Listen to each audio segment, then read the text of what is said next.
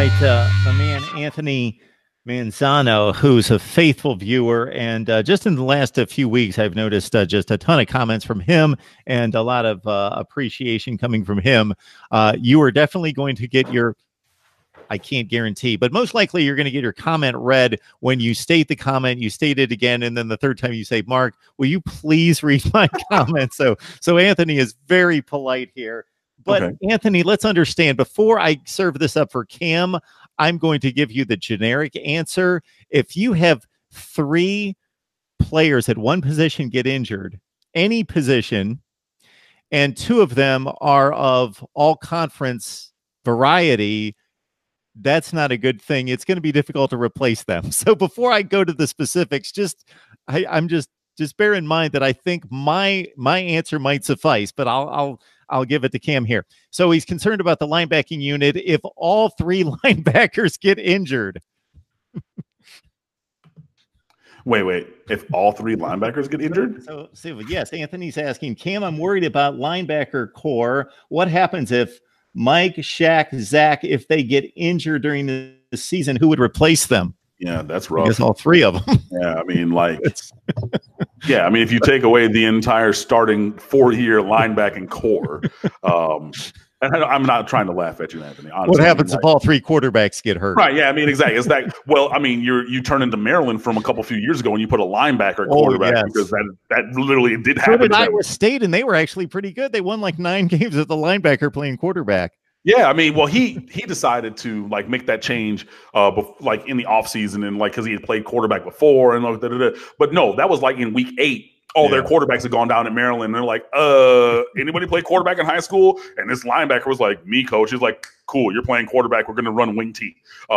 So I mean, it would be something like that. I mean, I don't, as I'm knocking on my wood table, want to wish injury upon anybody. If I will play the hypothetical game though. If all 3 linebackers went down, then Miami would probably go to a 4-2-5 base throughout. So you're probably going to bring in Romeo Finley as your striker. He's just going to have to play all the time. And then I would probably say, just pick your most athletic guys and then just rotate them. So I would say Avery Huff, who's going to be a true freshman, throw him into the fire at one of the linebackers, probably that strong side Mike Pinckney spot. And then, you hope that Bradley Jennings Jr. Is able to be decent at middle backer for a while. And yeah, I mean, that's pretty much it. I mean, unless you want to try to go outside the box and say, just so that we get athletes out there, if you can kind of get the technique down, maybe move a Jafari Harvey back from DN to the middle backer or something like that.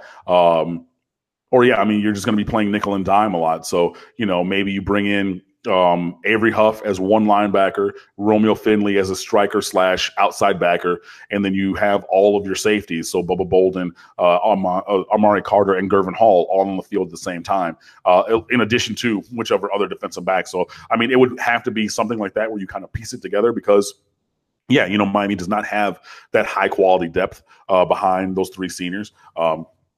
But I do think it's kind of fantastical to even really think that, all 3 of them like going down in such a fashion. Coconut Kane is upset with all these 3 stars that are coming in the door. That is not Miami, he says. That ain't Miami, to quote him right there.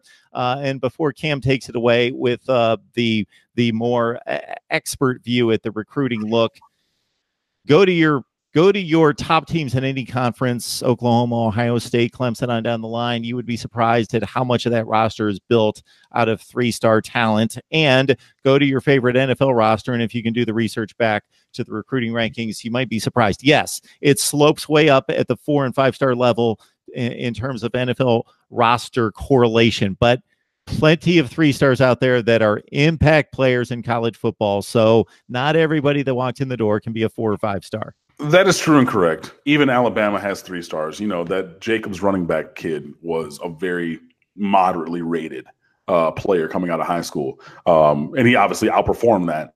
Mike Pinckney was a 3-star. He obviously outperformed that. So yeah, 3 stars like the majority of people are 3 stars. Honestly, it's the cream of the crop that are 4 and 5 stars. In this recruiting class currently for 2020, there are 2 3-star players out of Miami's 11 commitments. That is Darren Branch from Amite, Louisiana, and Antonio Smith from Ocala Vanguard High School. Ocala Vanguard is where N'Kosi Perry had his record-setting high school career. Antonio Smith plays interior offensive line, but he looks the part. He has the ability, and Butch Berry gave him an offer personally from our offensive line coach. So it's not even like we're chasing other people's offers or anything. We evaluated him. We think he's going to be good enough. Boom. Darren Branch, same thing. Big kid, long arms, maybe not fast enough to really be a safety, but he can grow into a striker. That's it. Every other player, all the other 9 are 4-star level players. So that's it. Some of the early 2021 players are rated 4 or 5 stars, based upon just rankings that have come out. Now, where I will agree with you is this past recruiting class had way more 3 stars than I necessarily would like. I mean, this is the nature of the beast as to why Miami, excuse me, I'm sorry, I'm moving my camera all around as I was trying to read that on my screen. But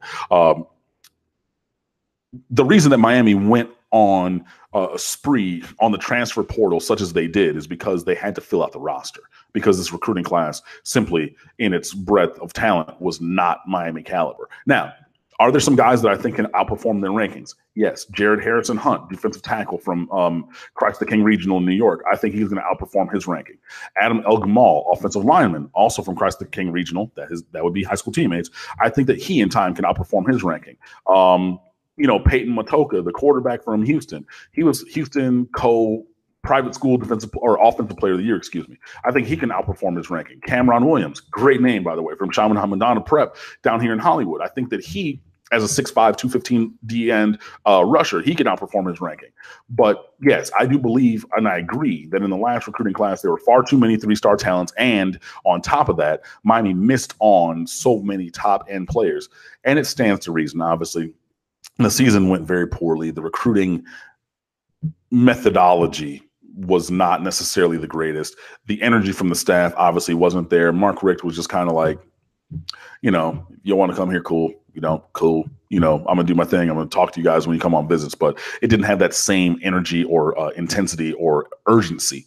And yeah, I agree. So in the previous years, I will cautiously agree that, yeah, the talent needs to be better. And especially, again, and I've talked about this before, even on here, so I'm agreeing with you now, that when Miami missed on the premium level players, then you just get anybody's to replace them. If you look at, what's his name? Nigel Bethel from Miami Northwestern.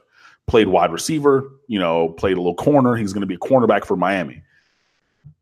He's fine.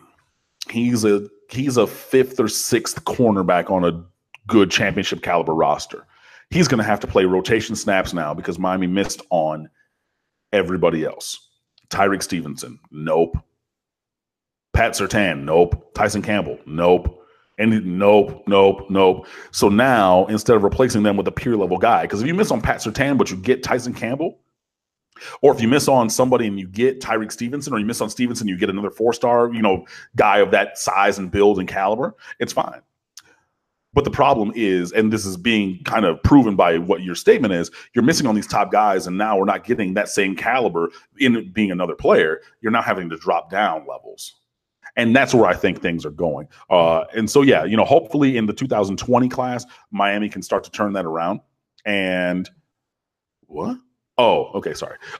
Miami can start to turn that around and get the talent going in the right and proper way. So, yeah, that is a thing that I think the staff is aware of. I think that Manny Diaz is painfully aware of that. And Miami has been very good because there's been some top-end players on the roster, but you have to get top-end recruits to have a better chance at that. So I agree. I agree with you that there are some areas on the team and in the last few recruiting classes where the quality of talent could have been better. And Miami really does need to address that this year, next year, and every year moving forward.